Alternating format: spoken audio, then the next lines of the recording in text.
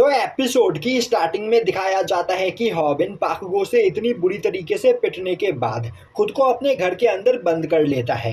साथ ही साथ वह स्कूल जाना भी छोड़ देता है। और अब हमें दिखाया जाता है कि कुछ दिनों के बाद रूमी के चैनल पर 100 के सब्सक्राइबर्स पूरे हो जाते हैं, जो देखकर स्नैपर उसे कॉन्ग्रेचुलेट करता है। और अब वह हॉबिन के डेस्क की ओर देखते हुए बोलता है, यहाँ पर कई दिन हो गए हैं और हॉबिन अब तक स्कूल नहीं आया। वैसे उसके साथ जो कुछ भी हुआ उसके बाद कोई भी दुनिया वालों से नजरें मिलाने की हिम्मत नहीं कर पाएगा। और यहाँ पर अगर हॉबिन कुछ दिनों तक और अपने घर के अंदर ही छिप कर रहे तो उसके लिए अच्छा है। तभी रूमी उससे बोलती है, स्नैपर तुम तो हॉबिन के अच्छे दोस्त हो, तो क्या तुम उससे मिलने के लिए गए थे? स्नैपर बोलता है, आखिर तुमसे किसने कहा कि मैं उस लूजर का दोस्त हूँ?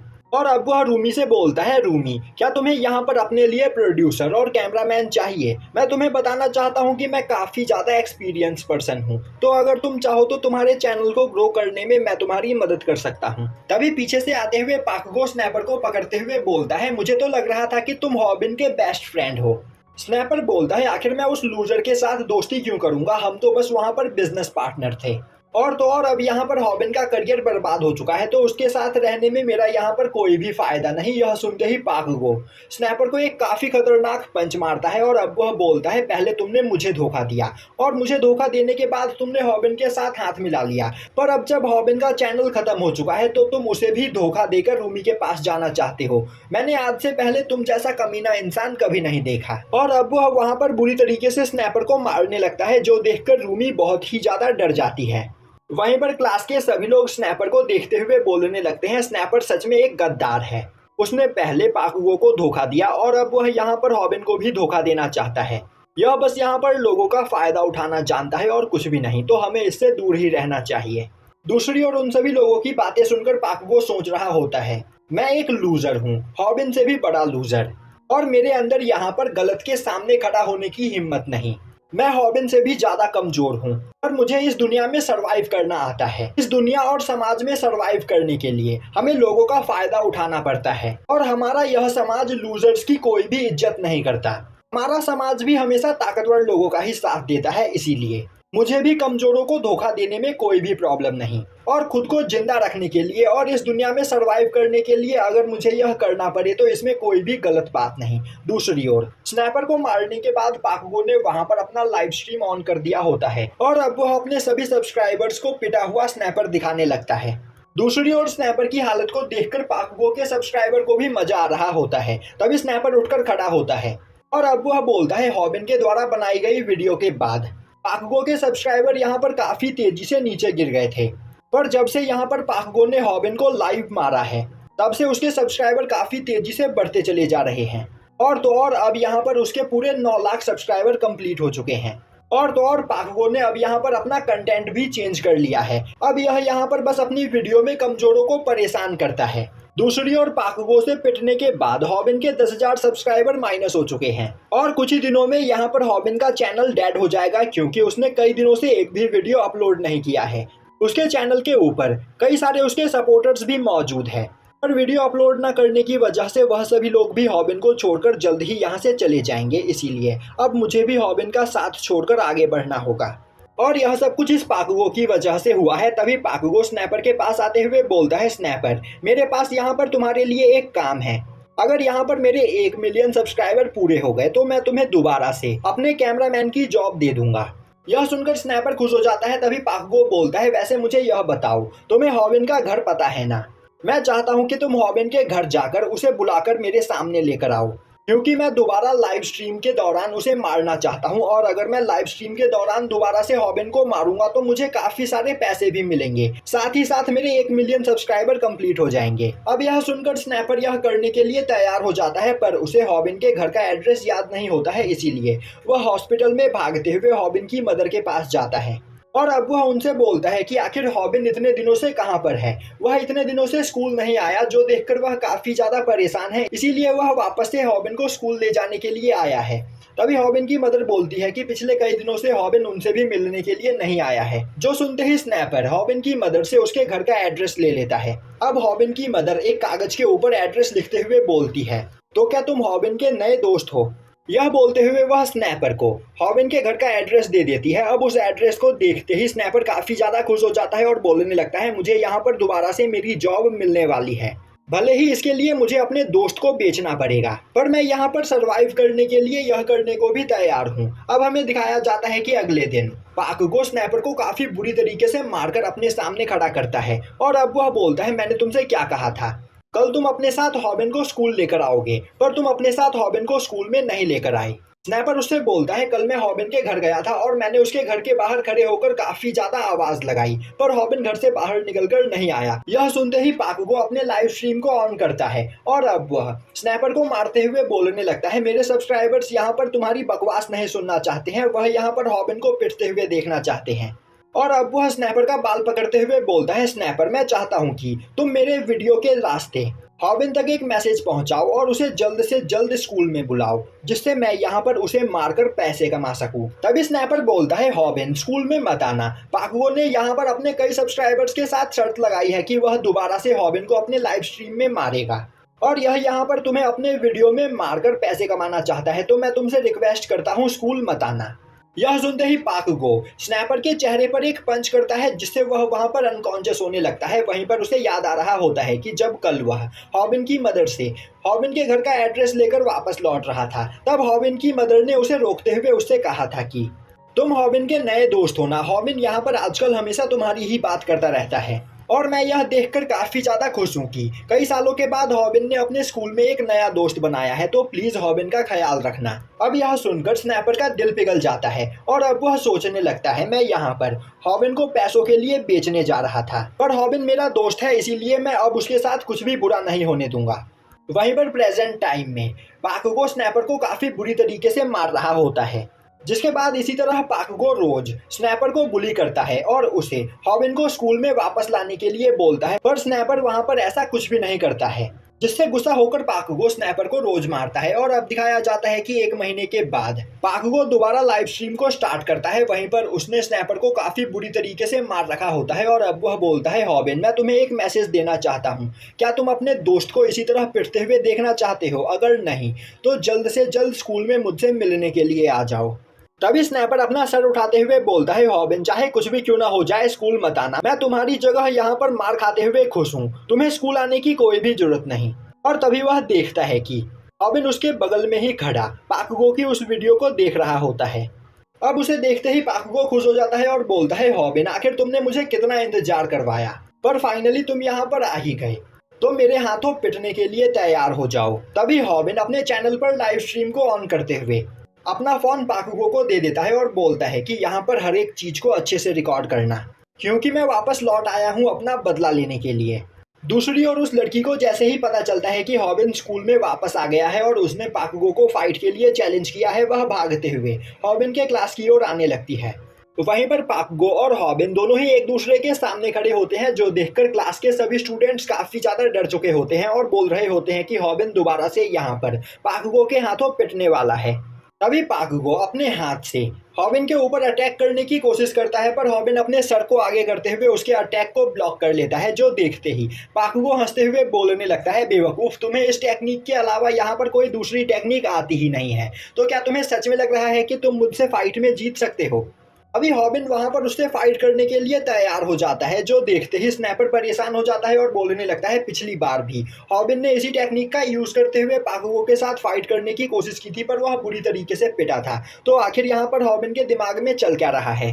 तभी हॉबिन को याद आता है कि आज से 1 महीने पहले हॉबिन जब अपने घर पहुंचकर सैमडक की वीडियो से मोटिवेट होकर उसकी और वीडियोस को देख रहा था, तब सैमडक उसे बोलता है कि तुम अपने अपोनेंट के ऊपर बार बार एक ही मूव का यूज करते हुए उसे नहीं हरा सकते हो, और कोई बेवकूफ़ ही होगा जो अपने अपोनेंट के ऊपर बार बार एक ही टेक्निक का यूज करेगा। यह सुनते ही हॉबिन सोचने लगता है, मैं सच में बहुत बड़ा बेवकूफ हूँ, मुझे लग रहा था कि मैं बस अपनी एक ही टेक्निक से पाकुगो को हरा सकता हूँ और इसी वजह से बोमी के सामने मेरी इतनी ज्यादा बेइज्जती हुई, और अब मुझे नहीं पता कि मैं दोबारा से बोमी से नजरें मिला भी पाऊंगा या नहीं, पर मैं हमेशा लूजर्स की तरह अपने घर में बंद होकर नहीं रह सकता हूँ। मुझे अपने घर के खर्चे को उठाना है, साथ ही साथ मुझे अपनी मॉम के हॉस्पिटल के बिल्स को भी पे करना है, इसीलिए मुझे यहाँ पर पावरफुल बनना होगा। मुझे उन सभी लोगों का सामना करना होगा जो उस दिन मेरे ऊपर हंस रहे थे, पर मैं यहाँ पर बहुत ही ज़्यादा कमज़ोर हूँ। यह बोलते हुए वह रोने लगता है।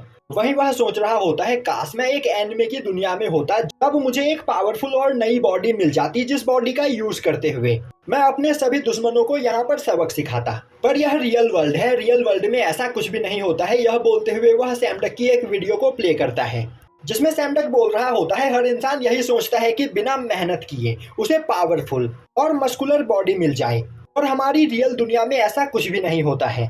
तो इस तरह के बेकार सपने देखना बंद करो और अपनी जगह से उठकर खड़े होकर मेहनत करो। मैं तुमसे प्रॉमिस करता हूँ कि मैं यहाँ पर तुम्हारी कमजोर बॉडी को पावरफुल बनाने में मदद करूंगा। तो आज से 1 महीने तक तुम्हें मेरे बताए गए रूटीन को फॉलो करना है, और इस रूटीन को फॉलो करने के लिए यहाँ पर टोटल 3 स्टेप है। पहला स्टेप, अपनी बॉडी को बिल्ड करो, अपने मसल मास को बढ़ाओ। और अब वह यह करने के लिए एक प्रोटीन शेक की रेसिपी बताता है, जो सुनते ही हॉबिन तुरंत ही उस प्रोटीन शेक को बनाकर वहां पर पीता है। पर उसका टेस्ट बहुत ही ज़्यादा बेकार होता है, जिस वजह से वह तुरंत ही उसे उगल देता है और बोलने लगता है, मैं रोज रोज यह बेकार चीज़ यहाँ पर नहीं पीने वाला हूँ। जिसके बाद वह दोबारा से आगे बढ़कर सैम डक की वीडियो को प्ले करता है, जिसमें सैम डक बोल रहा होता है, यहाँ पर दूसरा स्टेप यह है कि तुम्हें अपने विल पावर को स्ट्रॉन्ग करना है। अगर तुम यहाँ पर पावरफुल बनना चाहते हो तो तुम्हें यहाँ पर मेरे बताए गए सभी स्टेप्स को फॉलो करना होगा। तो तुरंत जाओ और उस प्रोटीन शेक को पियो, क्योंकि मुझे पता है कि तुमने उसे पीते ही उगल दिया होगा। अब यह सुनते ही हॉबिन न चाहते हुए भी दोबारा से जाकर उस प्रोटीन शेक को वहाँ पर पीता है।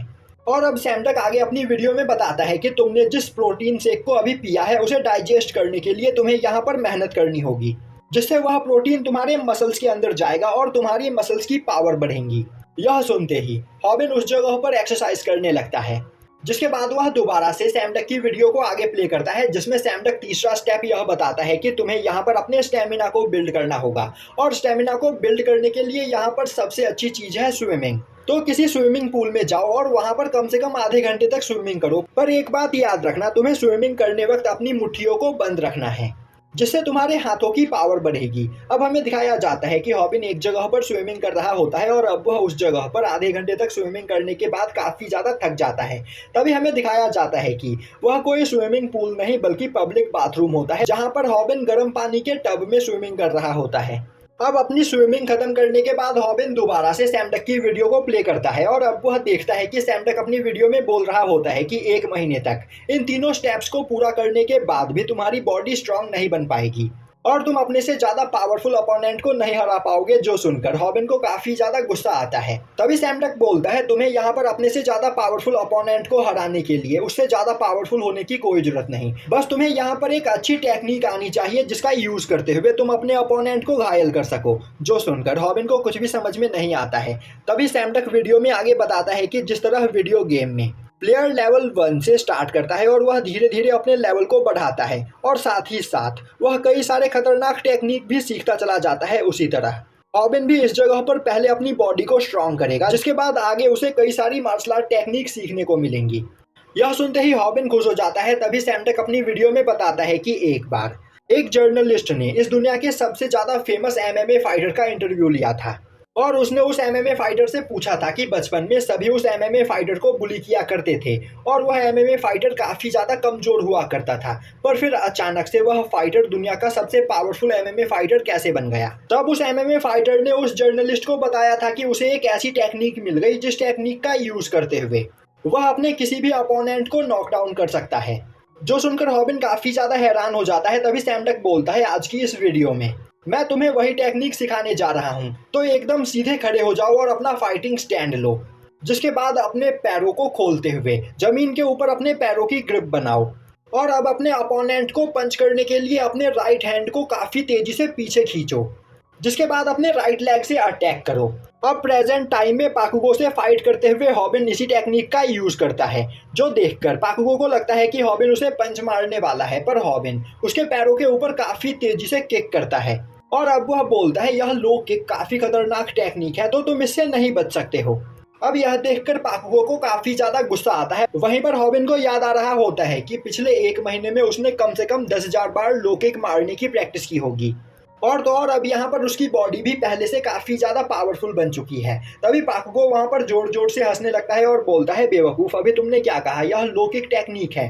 लो किक टेक्नीक में तुम्हें अपने अपोनेंट के थाई पर अटैक करना होता है, पर तुमने मेरे एंकल के ऊपर अटैक किया। तो क्या पिछले 1 महीने से तुम इसी गलत टेक्नीक की प्रैक्टिस कर रहे थे? अभी लाइव कमेंट में वह डिंग कैरेक्टर कमेंट करता है कि हॉबिन ने बिल्कुल सही जगह पर सही फोर्स के साथ किक किया है।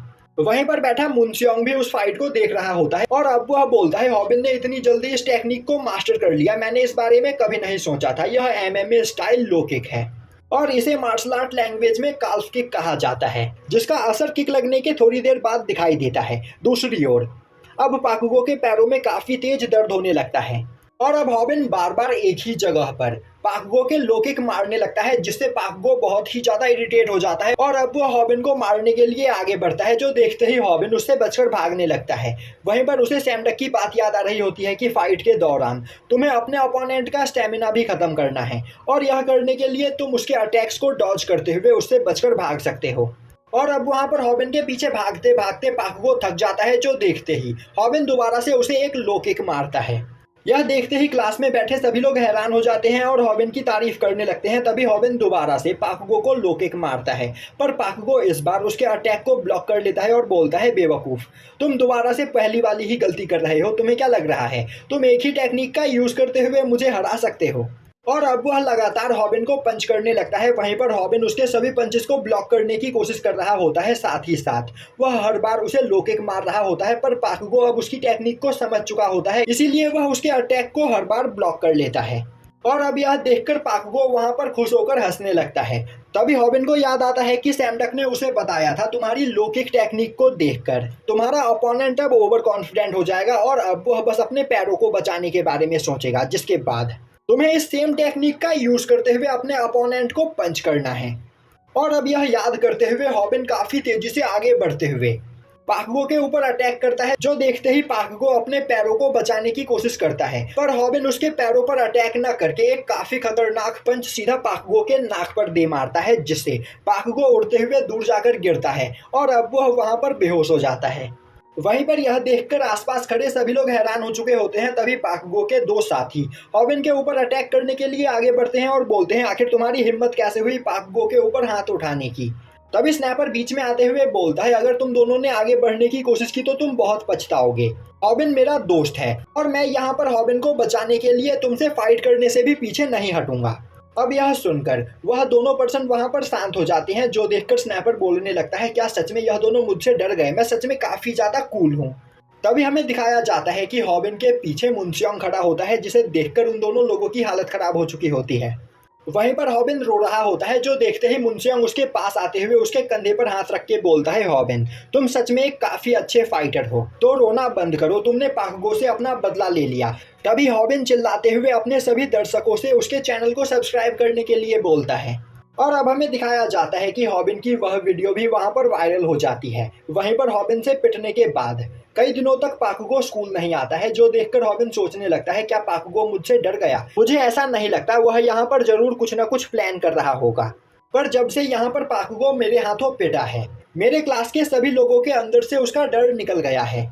और अब वहां पर हॉबिन के चैनल पर 1.5 लाख सब्सक्राइबर हो जाते हैं, साथ ही साथ उसे उसका सिल्वर प्ले बटन भी मिल जाता है, जो देखकर वह बहुत ही ज़्यादा खुश होता है और अब वह अपने सभी सब्सक्राइबर्स को थैंक्स करता है। जिसके बाद वह उस दिन हॉस्पिटल में अपनी मदर से मिलने के लिए जाता है, साथ ही साथ वह उनके लिए एक काफ़ी महंगा जैकेट खरीद कर ले गया होता है, जो देखकर उसकी मदर परेशान हो जाती है। और अब वह बोलती है, आखिर इतना महंगा जैकेट खरीदने के पैसे तुम्हारे पास कहाँ से आए? यह देखते ही हॉबिन उस जैकेट के ऊपर लगे हुए प्राइस टैग को हटा देता है और बोलता है, यह जैकेट मुझे सस्ते दाम पर मिल गई, इसीलिए मैंने यह आपके लिए ले लिया। तभी हॉबिन की मदर उसे बताती है कि आज से कुछ दिनों पहले उसका एक दोस्त यहाँ पर उससे मिलने के लिए आया था। दूसरी ओर स्नैपर भी वहाँ पर हॉबिन की मदर से मिलने के लिए आया हुआ होता है, पर वह हॉबिन को अपनी मदर के साथ बात करते हुए देखकर गेट पर ही रुक जाता है। वहीं पर हॉबिन अपनी मदर से बोल रहा होता है, आखिर वह पर्सन था कौन? तभी उसकी मदर बोलती है, तुमने मुझे अपने उस दोस्त के बारे में बताया था ना कि वह बहुत ही ज्यादा पावरफुल और एनर्जेटिक है, वह सच में एक अच्छा बच्चा है। यह सुनते ही हॉबिन बोलता है, वह जरूर मुनस्योंग होगा।